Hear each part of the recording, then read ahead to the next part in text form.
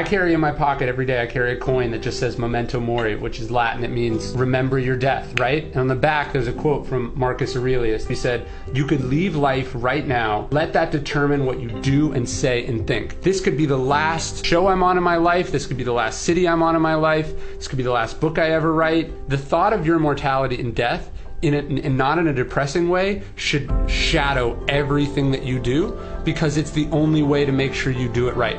It's incredible what gratitude does. Well, the two things that mess everybody up are anger and fear.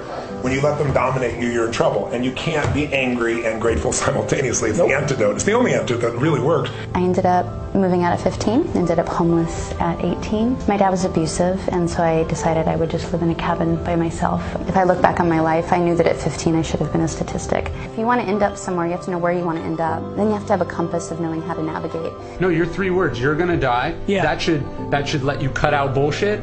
That should let you decide how you're going to treat other people and let yourself be treated, and it should determine the quality of the work that you're going to do. Like something bad happens, they hear something, they see something, and they're like, oh shit, I'm going to live under the mindset of you're going to die. Like, yeah? You do have a fatal diagnosis from a doctor. He just can't tell you if it's 6 months or 60 years. But you are definitely 100% going to die, and it could be tomorrow. So what are you going to do with that information?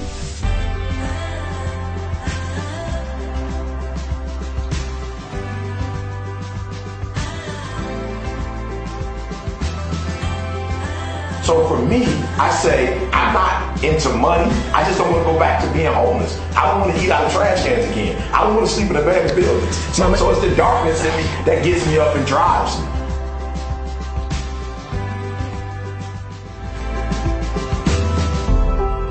What does the market want you to do, whether that's your parents or society, versus what you want to do? I think focus is everything. Saying no is so hard. But the truth is, like, we're surrounded by leeches, bloodsuckers, and vampires. People that want to take, and they don't give back. Learning to say no to all those distractions is the only way to get anywhere. Because there's really only one thing in life, which is doing exactly what you're supposed to be doing. And that doesn't come from out here. I've lived this exact problem.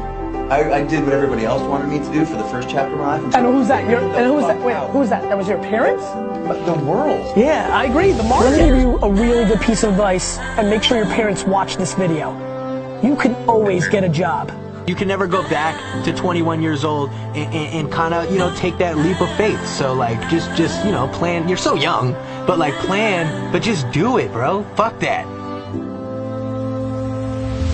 I served somebody else for a long time, emotionally, mentally, even trying to reconcile being an artist and an athlete. That was because I was paying attention to what culture wanted from me, but that's all bullshit. There's only one thing, and that's you doing what you're supposed to be doing in the world. It's just about happiness, bro. That's all that matters, is your happiness. Other people are going to tell you what they think you should do or what they would do if they were you, but they're not you, bro. They're not you. You got to find what is your flagship. What is it that you're going to commit your soul to? Like, if you want to have one of the best lives in the world, which is you live on your terms, you have to pay your dues to get there. Who do we cherish and who do we put on pedestal? The people that from the get punted everything else and went full-pledged themselves. Be happy and execute on your thing. Don't justify your dreams, execute on them.